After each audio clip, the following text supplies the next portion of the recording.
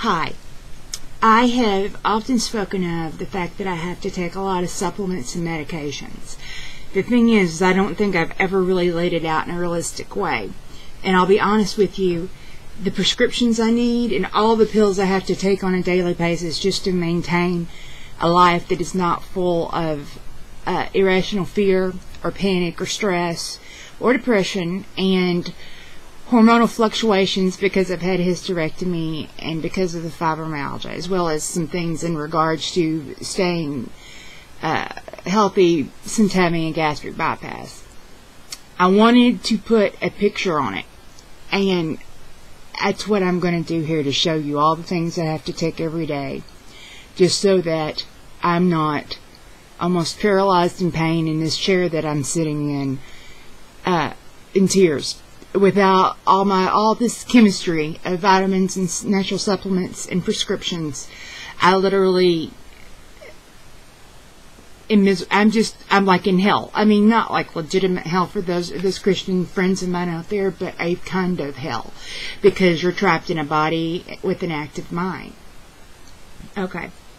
This is it. I'm going to explain each thing, and hopefully I don't go over my 10 minutes. Okay.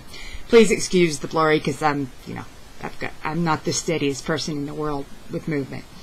If anybody's ever seen me type, my typos, Okay. This is vitamin C, which helps with the fibro stuff. Vitamin D3, because with having fibromyalgia, I don't get out in the sun much. Calcium, I take like 2 to 3 of those a day. Calcium with D, I take, got a good deal on them, you can see the clearance thing. I take 2 of those a day. These are generic Flintstone vitamins. I have to take 2 of those a day. These 3 things are also related to the gastric bypass. This is Fibro Freedom. Fibro Freedom is just a collection of supplements and vitamins that help nerve, joint, muscle, all that stuff. It's got willow bark, 5-HTP malic acid, magnesium hydroxide, glucosamine sulfate, chondroitin, MSM, boswelline, and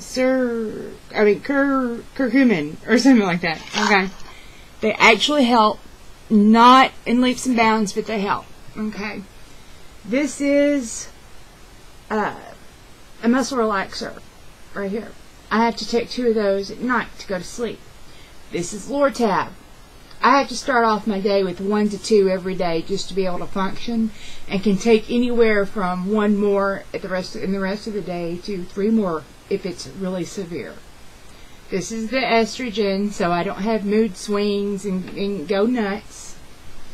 Super B, which is primarily for the B12, because that's something that has to do with the gastric bypass. You have to be sure you have B12. You're supposed to get shots. Medicaid doesn't cover it. Iron, because I recently was testing anemic. Never in my life, even when I'm a period, was I anemic. This is another muscle relaxer. I have to take it during the day because I literally just kind of cramp up. This is caffeine and azo. Okay, I take the caffeine because it helps with the nerve pain in my legs. The azo is to counteract the pain that comes from the caffeine.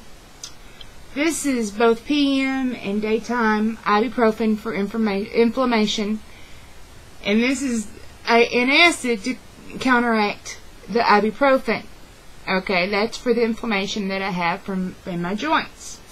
This is Paxil for the depression and anxiety. This is Lamictal for mood swings. It's a mood stabilizer. Vitamin E, which is good for the just a lot of things, but I was prescribed it because of pain in my breast. Lyrica, which is for fibromyalgia. It does help. It helped a lot at first, but not as much now. I've had some problems in the last 6-7 months, but it still helps. If I miss it, I know. Sometimes I've taken extra, which you're not supposed to do, and it's helped more, and I'm going to talk to my doctor about that. This is the generic form of Claritin.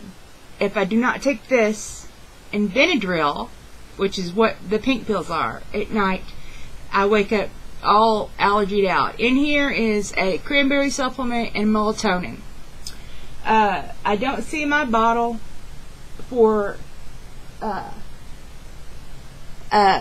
Ambien. I have to take that too. Part of fibromyalgia is chronic insomnia.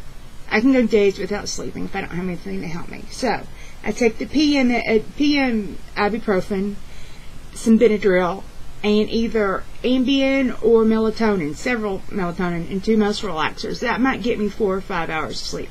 Muscle relaxers are every night. The Benadryl is every night. The Ambien, since Medicaid only covers 15, which is half the month, and I don't sleep without it. And when the melatonin helps me sleep, but it sucks, and I'm just exhausted and hurting all day the next day. I just get 15 of those, and there are times when I literally only sleep 15 days in a month. This is what I take in the morning. Right here, if you can see it. Let me back up a little bit. I take those every morning. This is before bed, every night. And then in between, there is the 5-0 Freedom, muscle relaxers is needed, and the Lortab is needed. And I take second Lyrica sometime, like in the middle of my day. This is what my life looks like. I have to be sure that if I'm going to be out of the house for an extended period of time, that I have my pills with me. 20 years ago, I wouldn't take aspirin for a headache. The first time I was given antibiotics when I was about 18 or 19, I threw a fit. I didn't want them. That's what made me sick. I was so anti-drug and anti-pill. It wasn't even ridiculous. In 2000 or 2001, my life was being destroyed by my anxiety and panic and depression. I was just in fear all the time and in panic over things I couldn't control. With the microphone in the mouth. But I asked for help, and then I realized medication helps, and this is where I am now. So that's what it looks like. And all this stuff is told to me to be taken by my doctor. I have a psychiatrist, a gynecologist, and a family doc, and then some specialists, but my prescriptions and supplements all come from the doctors, and they're all well aware of each other. So that's my life, guys. That's what it's like to be the little combination of what I am from a medical standpoint. And I'm trying to get on the stop recording button, but my mouse, I'm having a problem getting my mouse.